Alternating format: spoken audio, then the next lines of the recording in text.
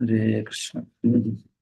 Omagyanatimirandasya Jnananjanashakaya Chakshurannayana Tasmai Shri Gurave Namaha. Hare Krishna. So we will just see what Prabhupada has to say for this pastime.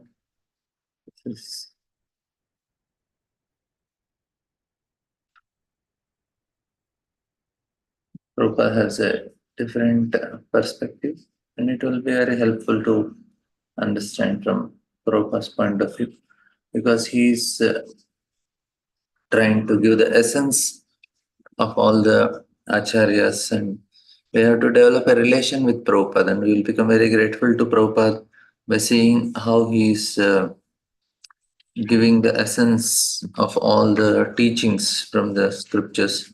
More we read from the acharyas, more we feel deeper connection to Prabhupada. That is the advantage. We hear from Prabhupada, and when we hear acharyas and then read Prabhupada, we see the appreciation increases. We feel more connected, and that is actually what is the way we can grow in our spiritual life.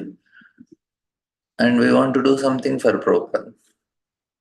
And we'll see how this is very, very helpful. And we'll just read the translations of 1, 2 verses. The Brahmanas, the cows, the defenseless creatures are my own body. Those who faultily of judgment has been empowered by their own sins look upon these as distance from me. They are just like furious serpents, and they are angrily torn apart by the bale of the vulture-like messengers of Yamaraj, the superintendent of sinful persons. So all the defenseless cows, brahmanas, women, children, they need to be taken care of. The tears from their eyes is very inauspicious for the whole society. And then Lord says, on the other hand, they captivate my heart, who are gladdened in heart, and who, their lotus faces, enlightened by nectarian spiles, respect the Brahmanas, even though the Brahmanas utter harsh words. They look upon the Brahmanas as my own self and pacify them by praising them in loving words. Even as a son would appease an angry father, or as I am pacifying you. Now, this is another thing. Even the Brahmanas become angry, we have to try to please them. They may be angry or upset with the way we are doing. They are not envious. They want us to correct ourselves. That's the thing. Say now, if the father is becoming angry on his son, the example is given here. Father is not envious of the son. Father wants the son to be corrected. You want him to change or rectify. That's why he is angry. They are not angry out of envy. They don't want that person to be degraded. And that is the point here. So, mother is becoming angry or father is becoming angry. Similarly, the Brahmanas become angry. They want us to rectify. Say, if you are not doing things in a proper way, which is supposed to be done, then definitely they'll become angry. Say, there's some rituals are performed or some charity should be given. They said, no, you told you should do it. And then they need to be pacified. Okay, by mistake it happened like this. So we'll try to change, rectify. If you don't follow the standard, if you don't follow the dharma, as soon as the king sees some Brahmana is coming, he want to pacify him. If he's upset, he said, "Why are you taking care of like King Vena?" No, he did not do properly. The Brahmanas became very angry. They just gave one hunkar and he's finished. Now, in this case, it was extreme. But otherwise, Brahmana, if they see the kingdom is not maintained properly, they'll come and give a warning to the king. And the king has to pacify them and say, okay, we'll rectify. And like in Dwarka, when a Brahmana comes and he becomes very angry that his sons are dying. And he says the king is not ruling properly. And nobody said anything. He just outright is chastising everyone. And Arjuna hears and says, okay, I will try to help. Now, the point here is the Brahmana is becoming angry. Why? He says the king is not following the standard. That's why my son is dying. Now, the Brahmana, he's trying to help the king to rule the kingdom in a proper way. If that is happening, means the mystic is king. So Brahmana becomes angry so that he is rectified and everything goes well. And so we need to pacify. So similarly, our authorities or whoever is like parents or somebody is becoming angry, we should know they are not envious. That is the point. And these servants of mine has transgressed against you, not knowing the mind of their master. I shall therefore deem it a favor done to me if you order that, although repairing repaying the fruit of their transgression, they may return to my presence soon, and the time of their exile from my abode may expire before long. So here this is Prabhupada says, from this statement, we can understand how anxious the Lord is to get his servitors back into Vaikuntha. This incident therefore proves that those who have once entered Vaikuntha planet can never fall down. The case of Jaya and Vijay is not a fall down; it's just an accident. The Lord is always anxious to get such devotees back again to the Vaikuntha planet as soon as possible. It is to be assumed that there is no possibility of misunderstanding between the Lord and the devotees. But when there are discrepancies or disruptions between one devotee and another, one has to suffer the consequences. Although that suffering is temporary, the Lord is so kind to his devotee that he took all the responsibility for the dormant offense and requested the sage to give them facility to return to Vaikuntha as soon as possible. Now, here the Lord, he is asking forgiveness on behalf of Jai Vijay and requesting the four Kumaras, okay, I agree with your curse. I agree that they have offended you. And I also agree with the curse which they gave you, which you gave them. And I ask forgiveness on their behalf. And the law, and Prabhupada is saying, he is requesting the sages to give them facility to return to Vaikuntha as soon as possible. He's telling, okay, now you have done. Now I request, okay, let this curve be for some time and then they can come back. This is what is Lord is requesting. Requesting, he need not request. He can just say, okay, fine, let it be and I will do whatever. You do whatever you want, I will do whatever. No. Lord is, because he's a person, he deals in a personal way. He is not an impersonal law that is coming. That is there. That is the law of karma, is an impersonal way of Lord dealing. If somebody who does not accept Lord, he will deal in an impersonal way. But if you are personally accepting the Lord comes personally and deals. That's why when we say, for devotees there is no karma in the sense, because the Lord personally deals. He does not deal in an impersonal way. Impersonal way is law of karma. In a personal way means Lord personally deals. That's why no karma. Because he is dealing. That is the main understanding we have. No karma for a devotee means Lord is taking care now. He is not dealing in an impersonal way. Now here we see that he could have just done, okay, fine with me, and you do whatever you want, I will do whatever, and they're my devotees. No. Lord is dealing personally. He's telling, okay, I agree they did some mistake. Is it okay? Let them come back after some time. And he is glorifying the Brahmanas, trying to pacify them, and he's saying, see, they are, if they have not obeyed my, they did not understand my mood, they did not understand my mind, they have transgressed against their master. But uh, let it be, this first time and last time. I'm sorry for it. And you please allow them to come back. So this is how the Lord is asking.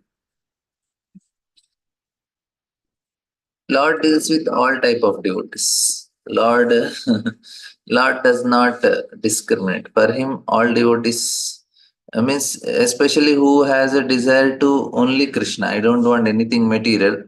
For them,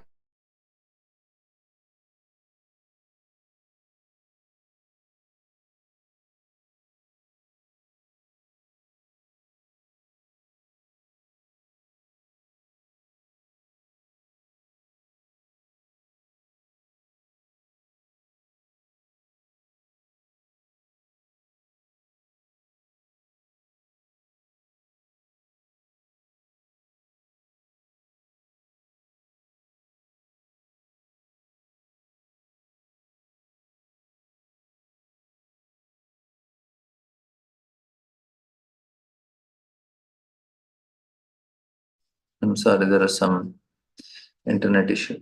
So Lord deals with all, like all means especially who is says that, my dear Lord, I don't want anything other than you. I may have temporarily, I may get this temporarily. I know that I have desire to say become very rich or famous or very strong or so many other things may be there, but I know these are material. Ultimately, I want Krishna only. All these things, Krishna, just remove this all material desires from my heart. I only want you. I don't want liberation. I don't want to go to heavenly planets. I just want to serve you. If we have this, if we have this as our desire, then Lord will take care. He don't. He will then. He will not deal in impersonal way. He will deal in a personal way. That is what we want. Lord, we want to. The Lord is dealing in a personal way, and here he is requesting the four Kumaras also. Okay, okay. For all of us who are here and who want that, we don't want anything to do with material things. For them, Lord is dealing. Our heart may not be completely pure now, but still, Lord takes care. He will take care of responsibility of cleaning also. We just have to make little endeavor, and Lord does the cleaning. And how He cleans is He gives nicely different types of situations, which may be painful, but which is cutting and purifying and cutting the knots, purifying the hearts, removing the doubts like that. So this is the Lord is doing in a very very personal way. So He's just requesting also. So we should not think, okay, I am not pure devotee, for me karma. No, karma only, but it is karma is an impersonal way of dealing, and for a devotee, personal dealing. So this is the main difference, if you understand.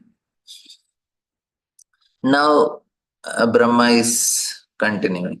Even though the sages had been bitten by the serpent of anger, the souls were not satisfied with hearing Lord's lovingly and illuminating speech, which was like a series of Vedic hymns.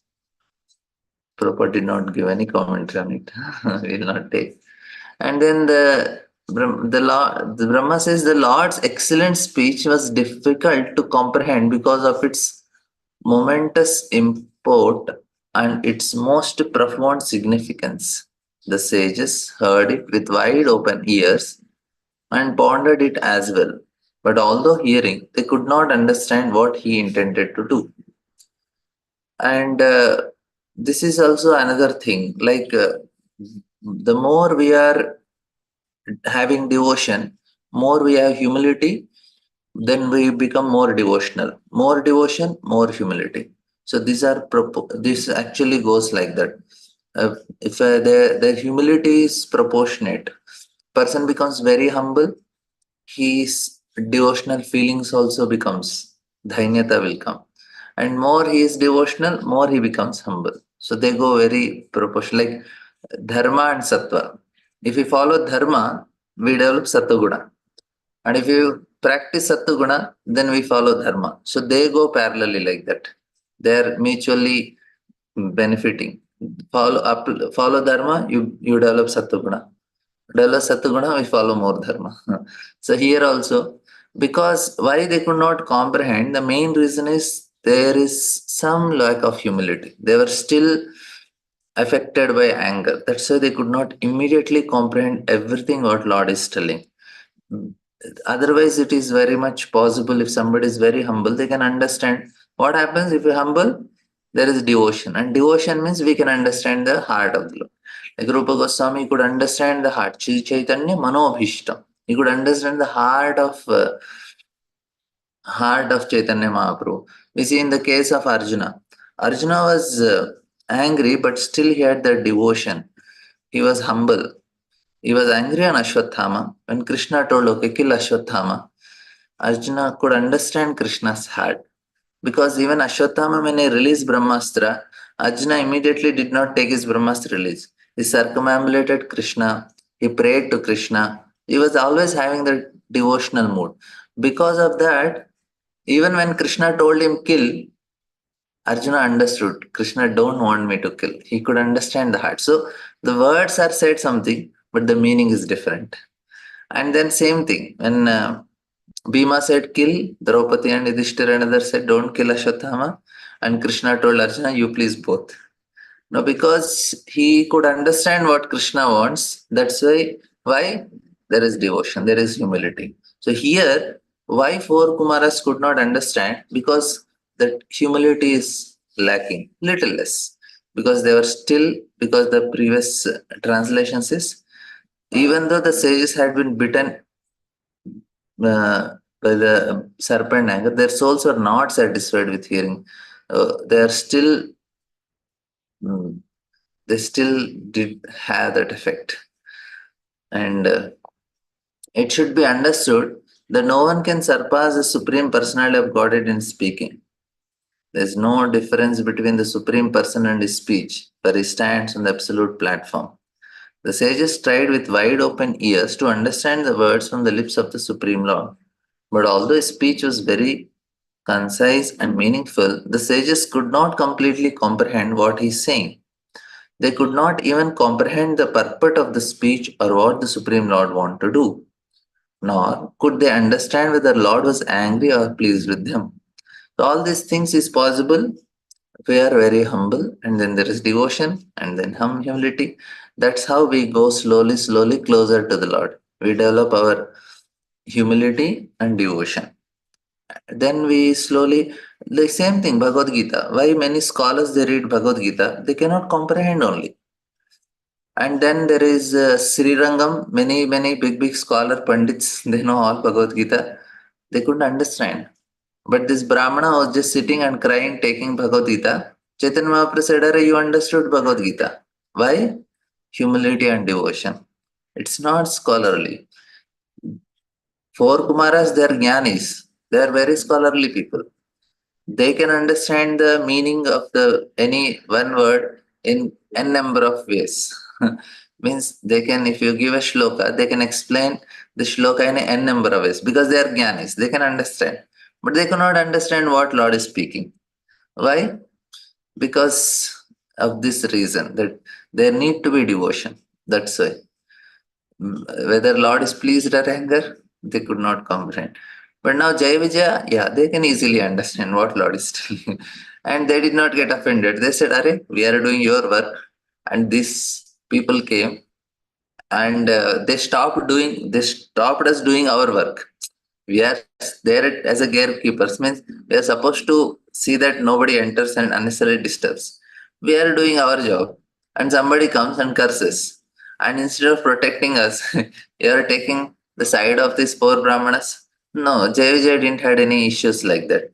They did not feel uh, they did not feel neglected or injustice. They did not feel. Why?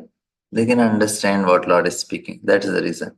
Four Kumaras could not understand. So it's not the scholarly thing. It's a devotion that actually touches the heart, and we can access the Lord through devotion. So the speech of Lord, Prabhupada says, is non-different from the Lord. So how can we access the speech of the Lord without devotion? That's why Krishna is telling to Arjuna, Bhaktosime Sakachaiti Rahasyam Hetadam. Arjuna is a secret. But because you are a devotee, you can understand it. Radha Vidya Rajaguhyam. It's a secret. Secret why? There's no access. The access is humility and devotion. That's why there is no access. So here Kumaras did not get access. That is the point here. And Lords, the four Brahmana sages were nevertheless extremely delighted to behold him. But one thing is there, because they had some, their heart is pure because they have performed great amount of tapasyas. Their heart is pure, so they could attract it to the Lord. So that is the speciality. More a person is pure, it is easy for him to get attracted because there is no other material impressions. There is no material impressions. You give spiritual impressions, they immediately catch. So this is the Tasyaravindanayanasya padarvindam kinjal kamishratulasi makaranda. So as soon as the the fragrance of the tulsi, which is offered to the lotus feet of Lord, entered their nostrils, immediately it gave that impressions.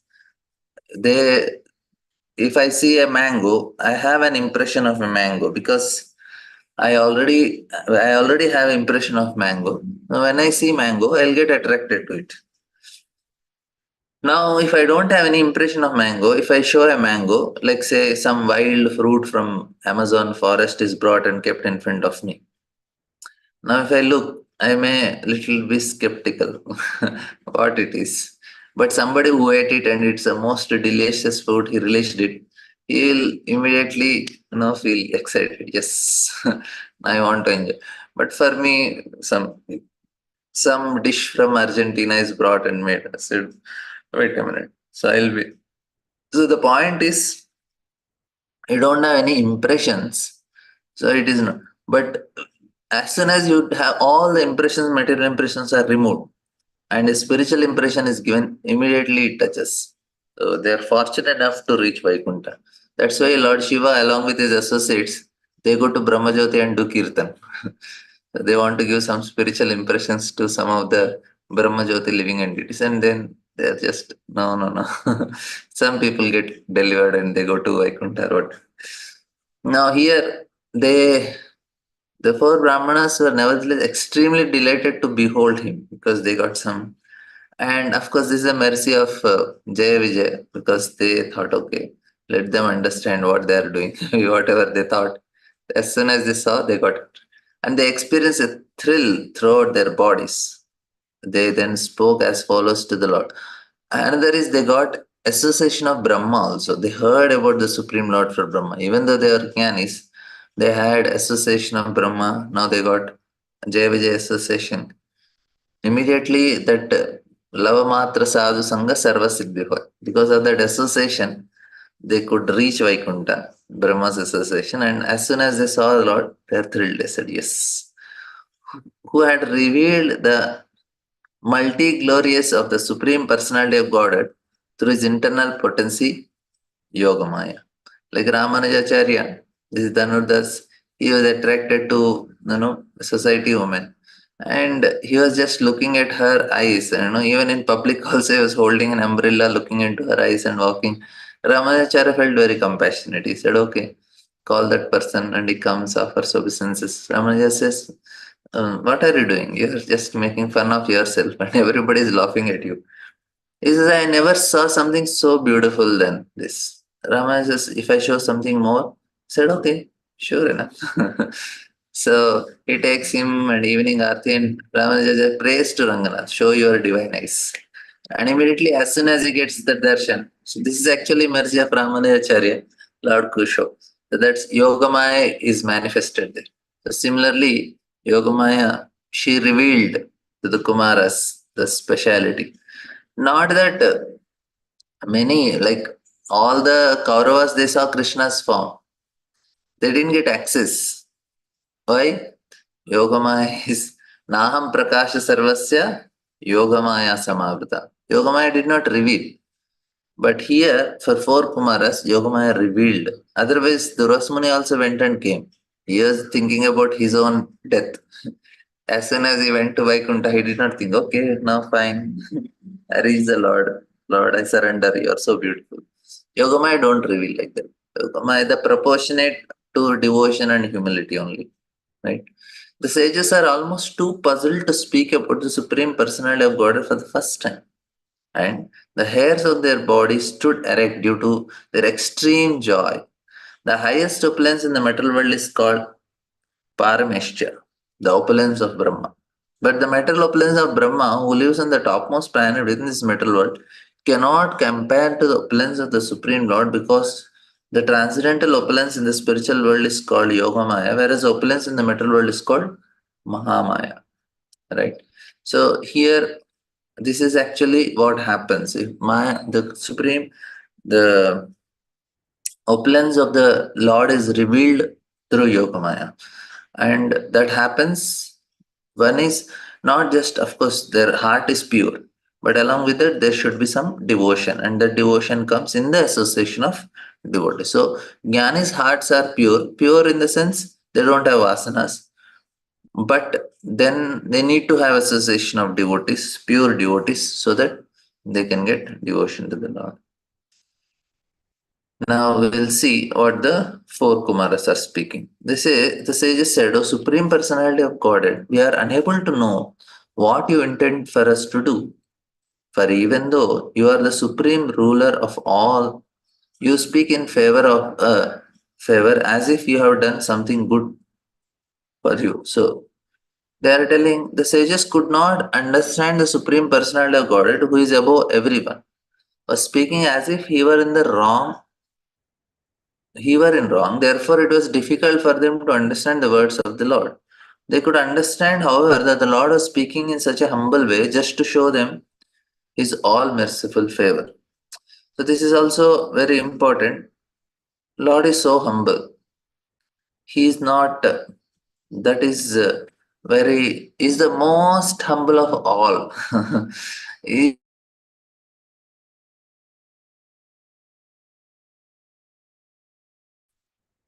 Humility is a good quality and it should be from the Lord. That means he is the most humble person. So for him to seek forgiveness does not, it's so difficult humility. Like say people, if things go wrong against our identity, people just commit suicide. They cannot survive. It hurts the ego so much. Suddenly, there is a great insult that happens in public. In public, a person is insulted so badly. For him to survive is so difficult. It's like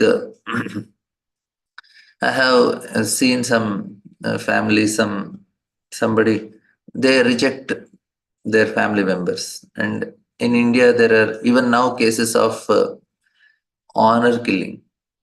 If the girl marries somebody of a lower caste, or she mm, gets into some other caste people, and without the and she runs away with somebody like that, then there is honor killing. They just go kill her. They say, okay, we don't want you. Now what happened is not that they don't have love, but they love their child, but it is too much for their ego. They said, we cannot take it anymore. Better you die. That is how much it affects. It actually has. I don't want to give the very fearful examples, but it happens for many of them. We are not kept in a situation, that's why we don't understand. That we are in a situations like that. Yesterday also I was imagining, okay, this incident happened, what will happen to me?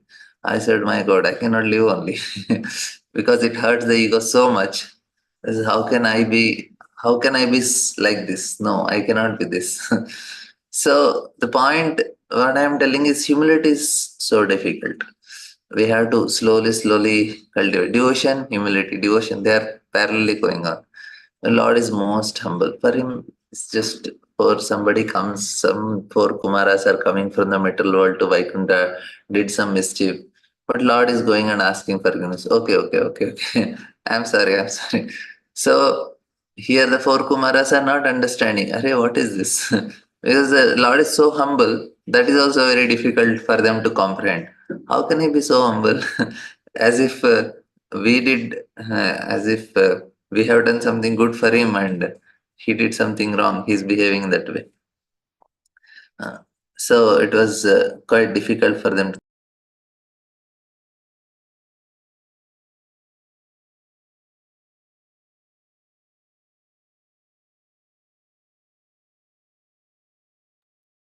So it is very difficult for them to comprehend what.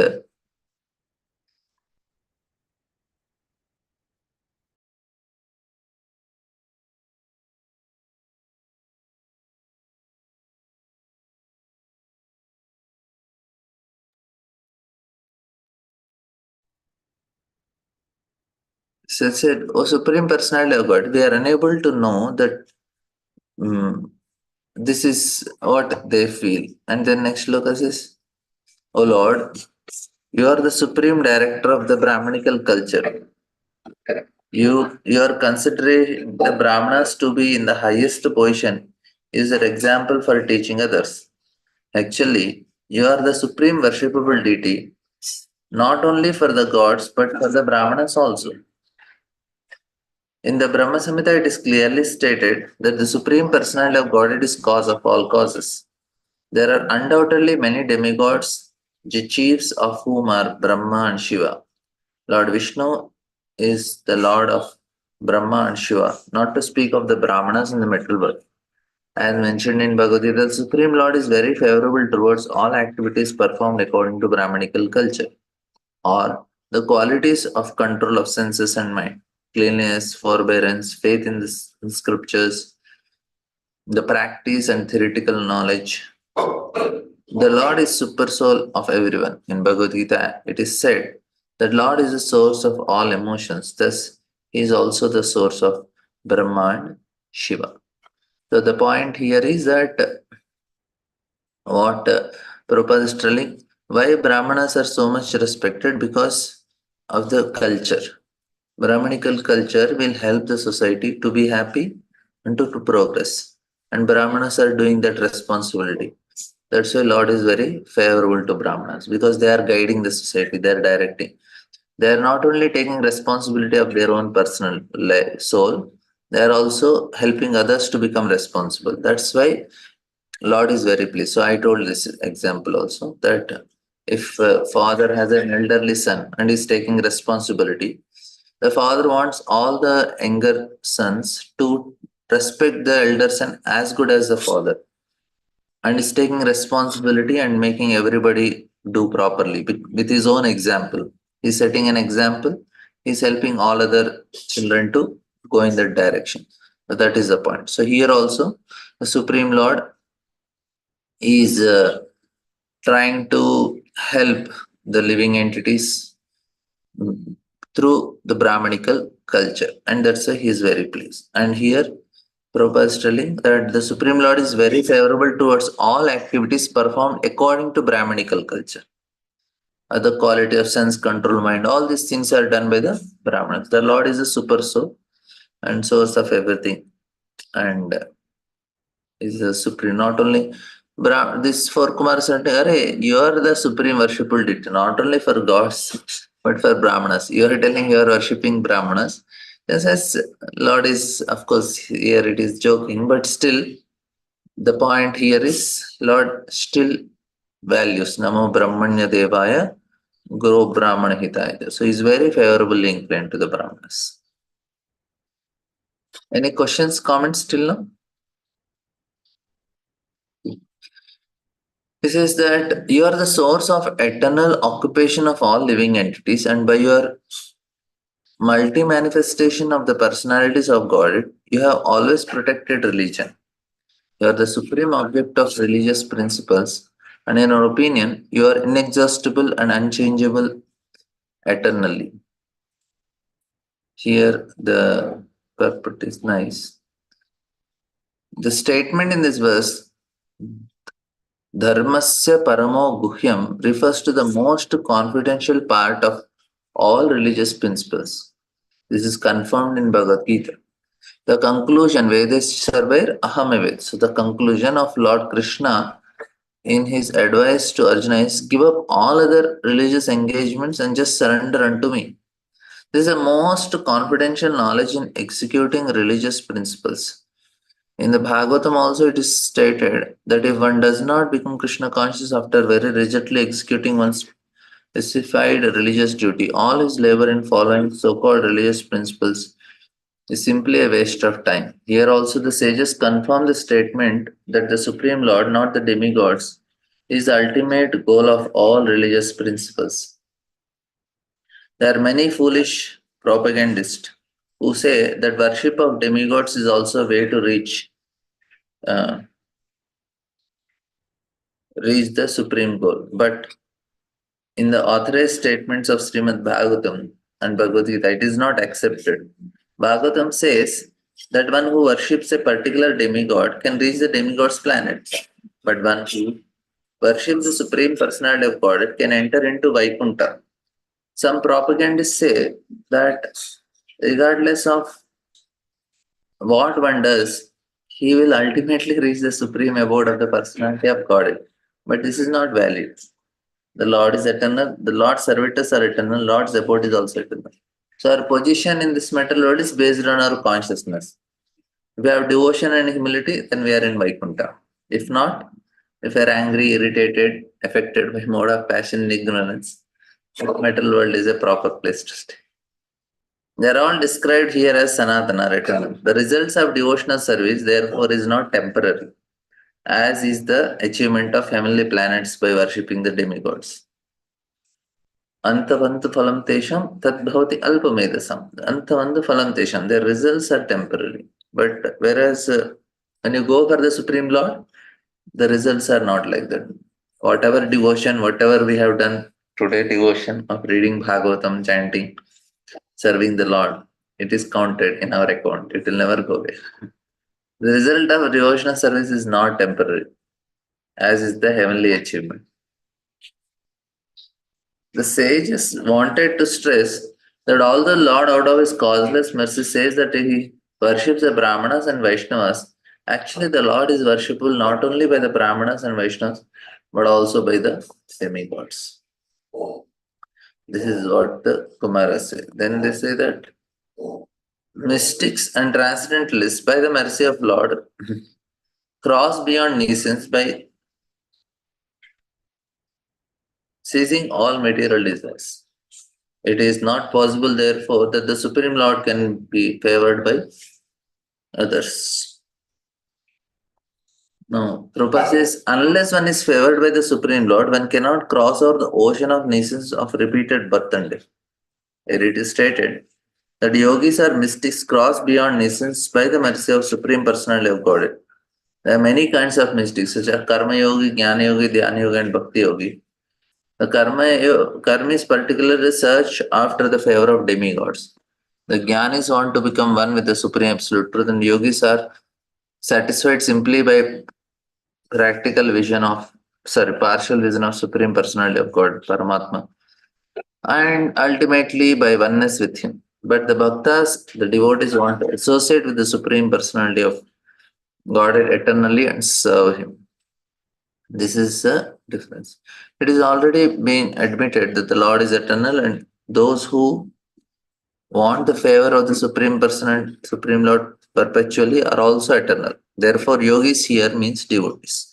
By mercy of Lord, devotees can easily pass beyond the nuisance of birth and death and attain eternal abode of the Lord. The Lord is therefore not in need of another's favor because no one is equal to or greater than him. Actually, everyone needs the favor of Lord for successful understanding of his human mission. We'll just take this one last one.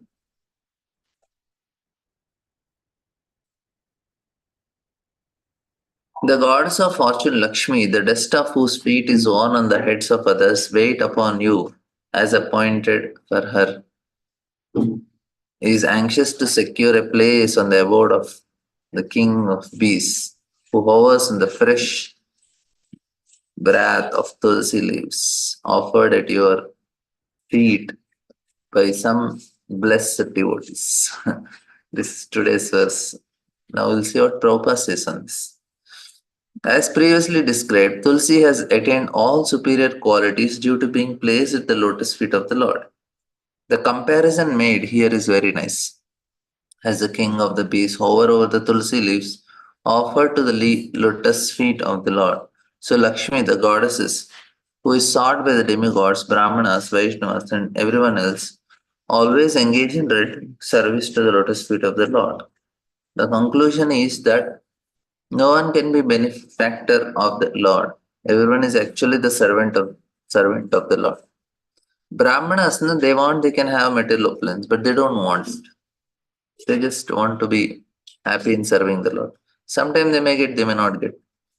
But all the time, Lakshmi, they may not materially look very wealthy because sometimes they just give in charity whatever they get.